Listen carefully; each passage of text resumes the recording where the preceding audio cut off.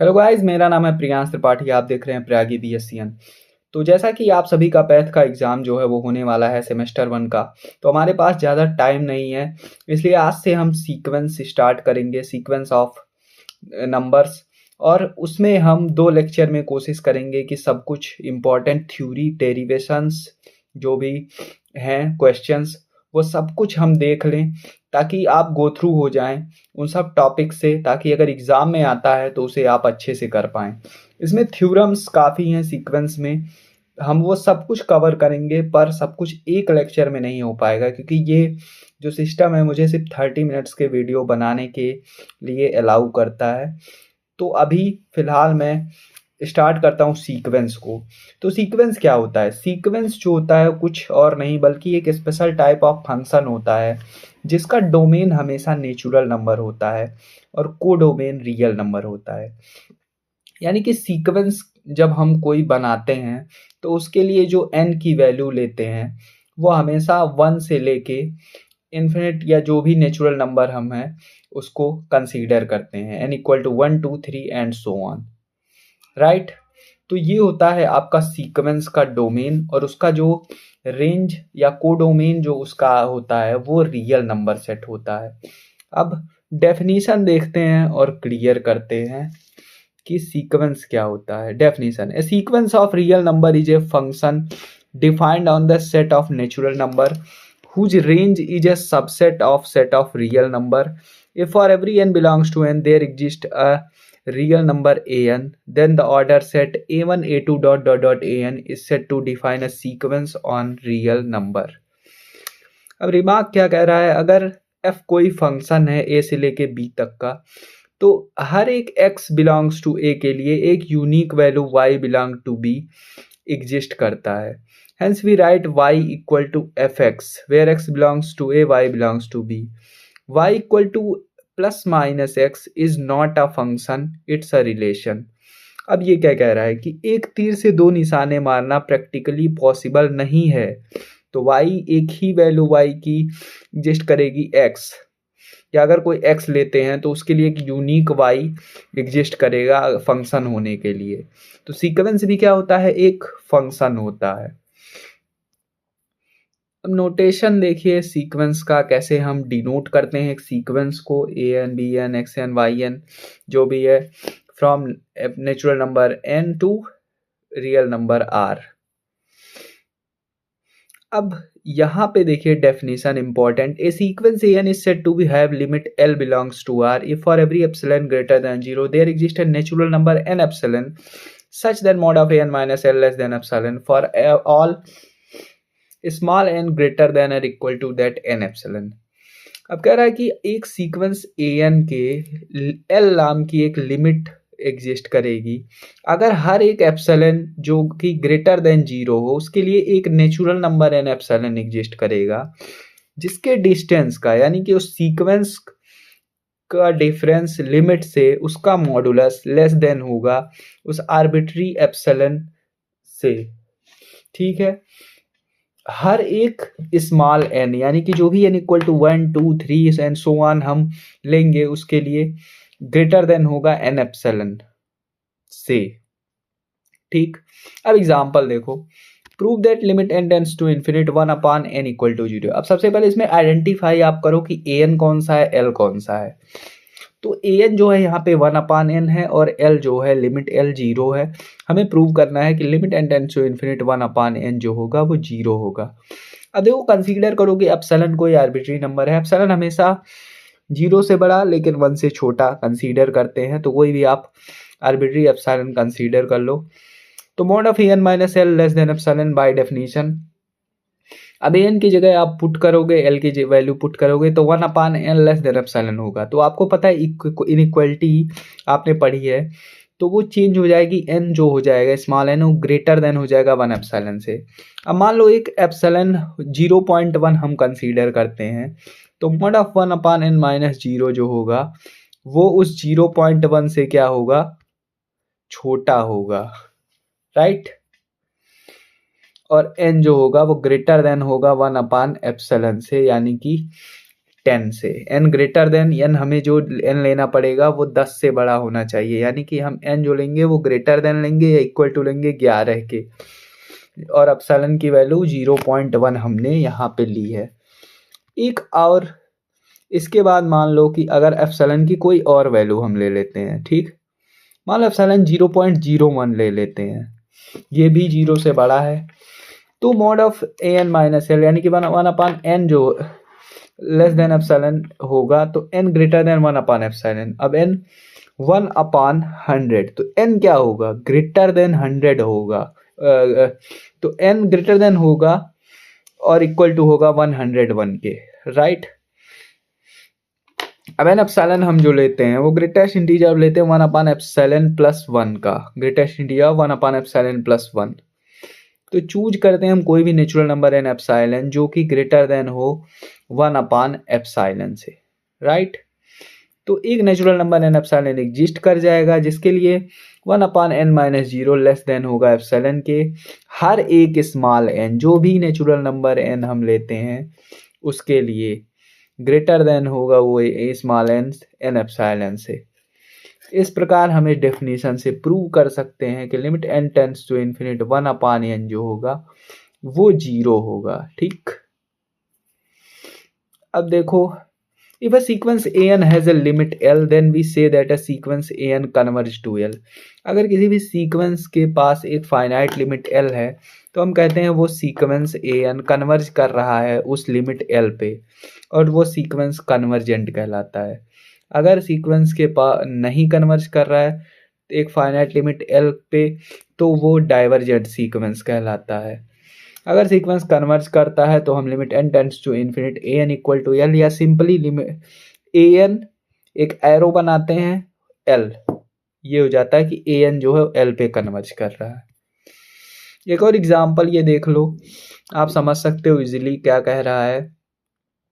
आपको बहुत कन्फ्यूजन होती है एप्सिलॉन डेल्टा में, लेकिन मैं सारी कन्फ्यूजन आपके सेकेंड सेमेस्टर में इसकी दूर करूंगा, अभी टाइम नहीं है दूर करने का, क्योंकि जब आप लिमिट पढ़ोगे तो वहाँ पे ये एप्सिलॉन डेल्टा एकदम कन्फ्यूजन दूर हो जाएगी कि है क्या और बताता क्या है।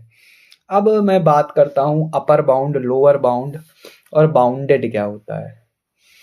सबसे पहले एक physical real life example consider करो कि आप खड़े हो, राइट, एक जन ने आपका हाथ लेफ्ट साइड से पकड़ा हुआ है, एक साइड आप फ्री हो।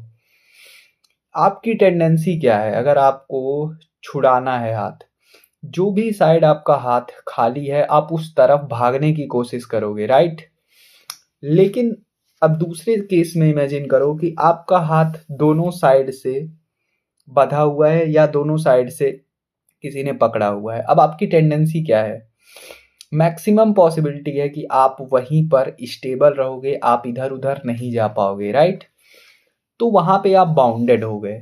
अब यही एक सीक्वेंस या एक सेट के साथ भी होता है, अगर उसका लोअर बाउंड और अपर बाउंड दोनों एग्जिस्ट करे तो वो सीक्वेंस या वो सेट जो होता है वो बाउंडेड कहलाता है। फॉर एग्जाम्पल एक एग्जाम्पल कंसीडर करो कि एक सेट है इक्वल टू 1 से लेके 5 तक नेचुरल नंबर पे, ठीक। फिर इसे थोड़ा सा चेंज करेंगे सिचुएशन सुप्रीमम इन्फीमम को जानने के लिए। अब 1 क्या है, 1 उसका स्टार्टिंग पॉइंट है और 5 क्या है, उसका लास्ट जो एलिमेंट है उस सेट का।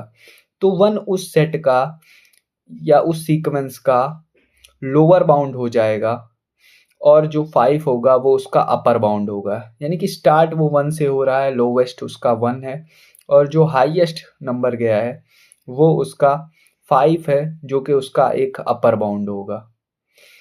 अब ए एन इक्वल टू एन हमने मान लो ले लिया, तो वहाँ पे भी वही केस बनेगा। फिर बात आती है सुप्रीमम और इन्फीमम क्या है।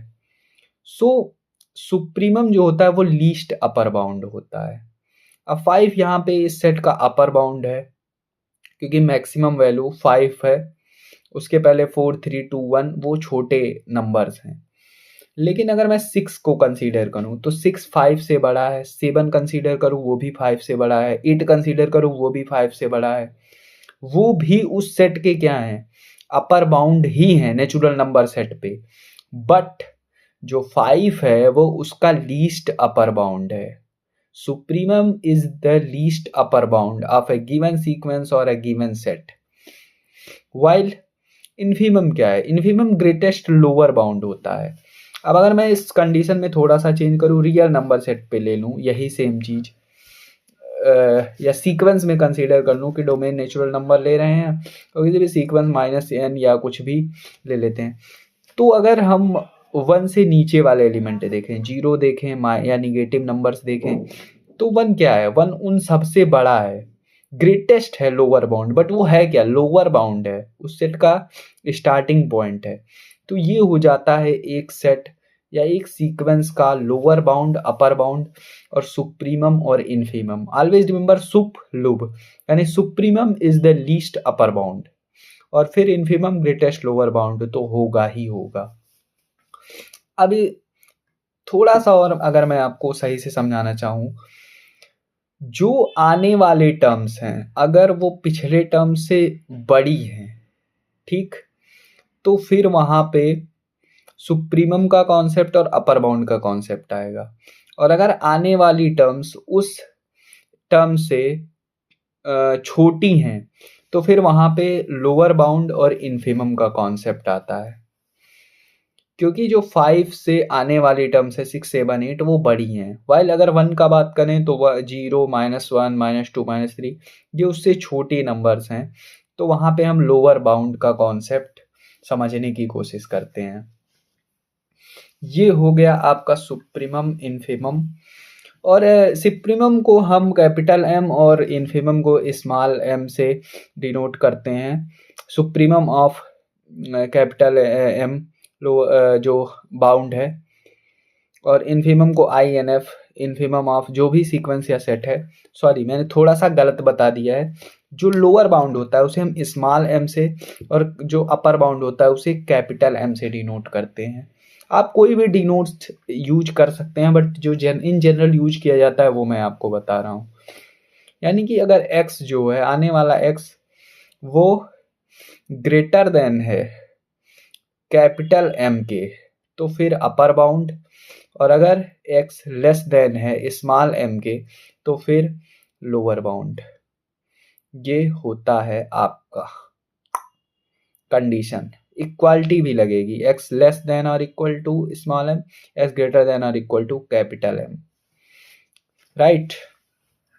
चलिए देख लेते हैं डेफिनेशन अपर बाउंड और लोअर बाउंड का।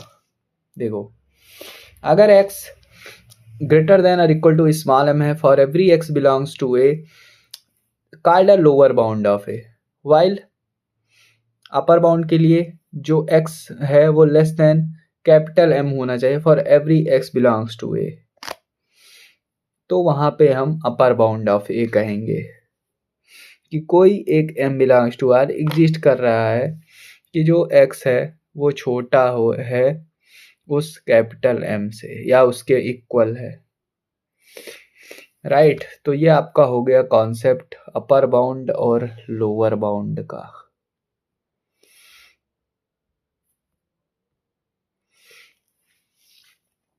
I hope everything is clear, और एग्जाम्पल्स मैं भेज दूंगा ग्रुप में, आप देख लीजिएगा। सो अब आगे बढ़ते हैं और कुछ और इम्पोर्टेंट चीज़ों को जानते हैं।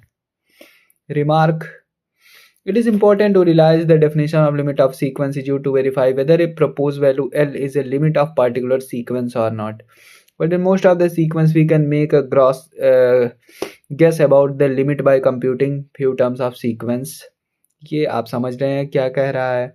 अब सिंपल सी बात है, अगर किसी भी सीक्वेंस के जो n टर्म्स है दो सीक्वेंसेज की वो सेम है, तो जो लिमिट होगा, क्योंकि limit n tends to infinity an equal to L होता है, तो उस nth टर्म दोनों के लिए होल्ड करेगा। तो अगर हम उनके टर्म में कुछ चेंजेस भी करते हैं तो उसके लिमिट में कोई डिफरेंस नहीं होगा। If a sequence is convergent then its limit is unique, एक थ्योरम है, ये आ जाती है कभी कभी, तो ये इंपॉर्टेंट है।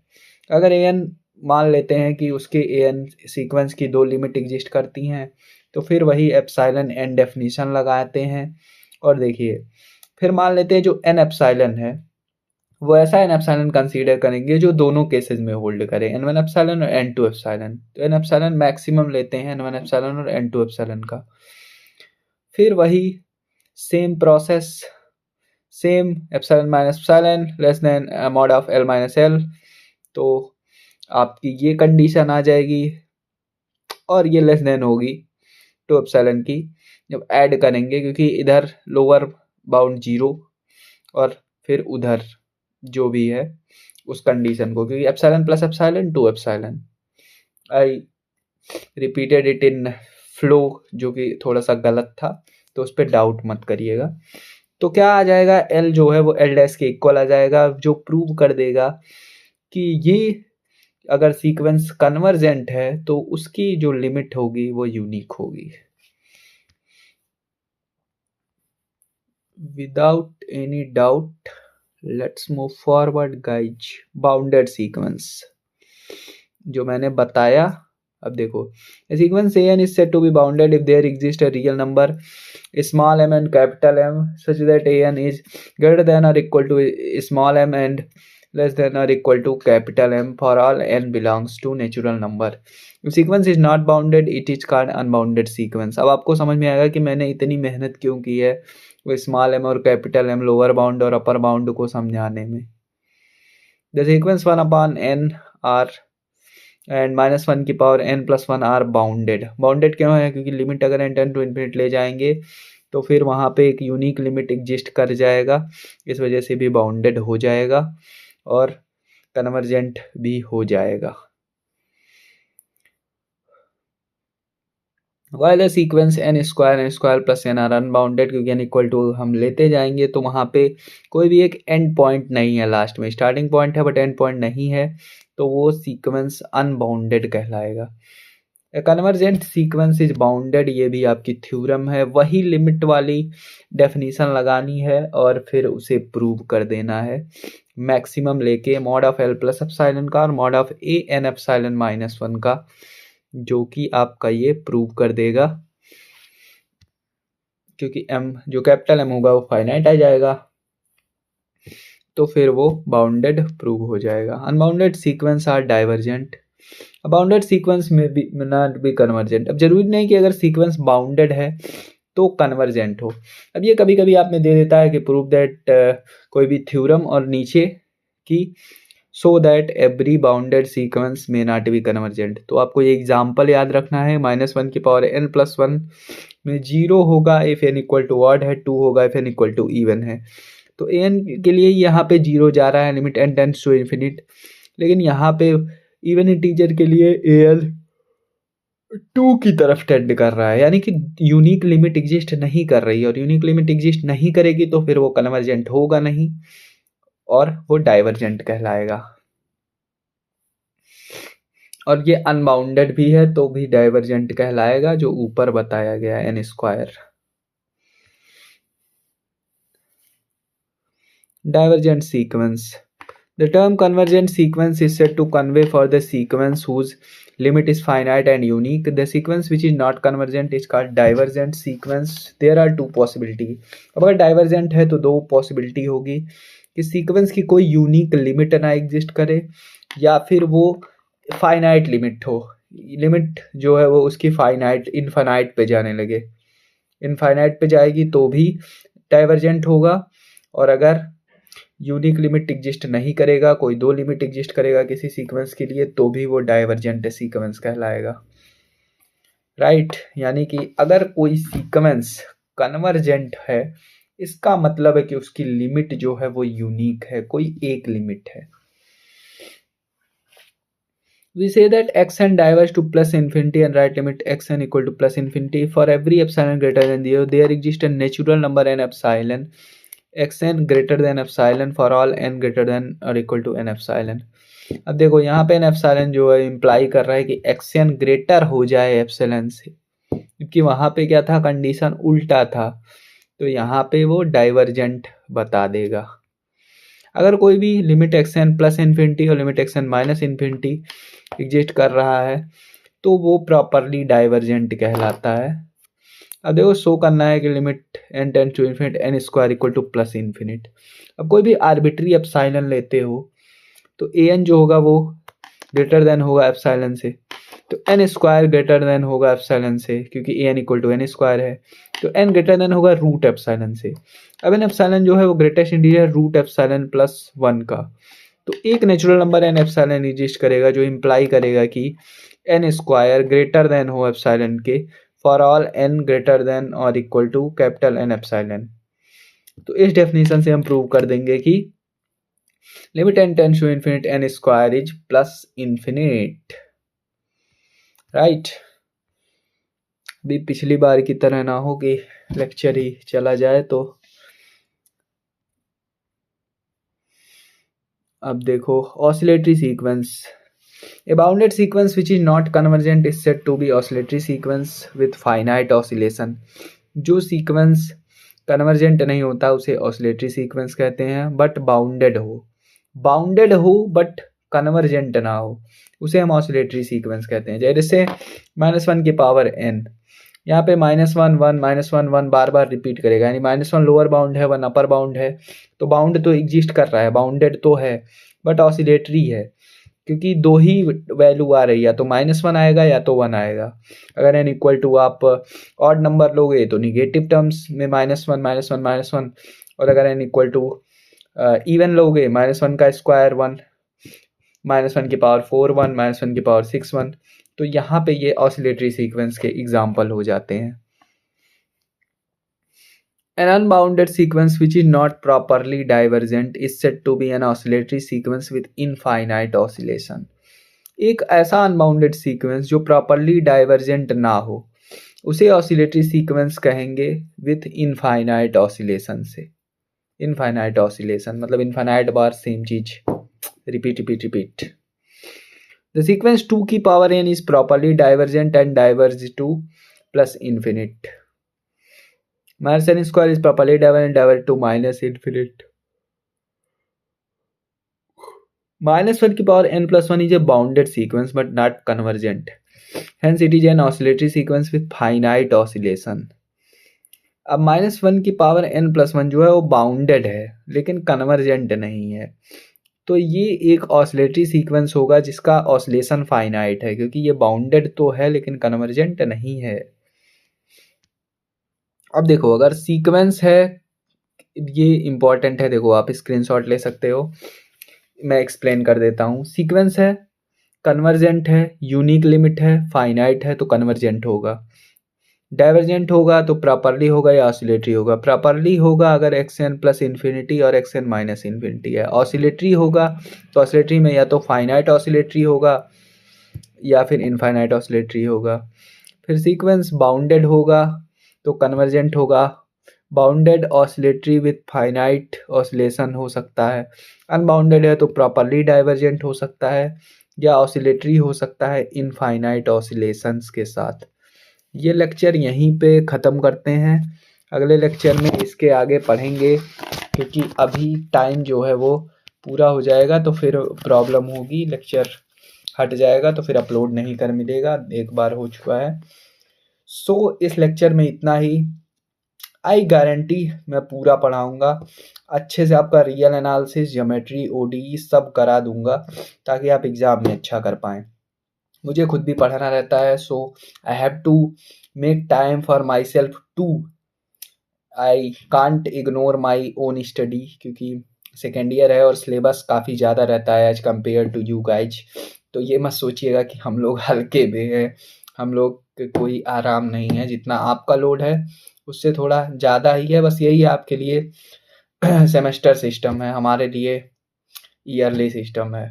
But Allahabad university don't compromise with anything, सबका बराबर ट्रीटमेंट यानी सबकी फील्डिंग सेट है। सो मिलते हैं नेक्स्ट लेक्चर में, तब तक के लिए सी यू, बाय बाय।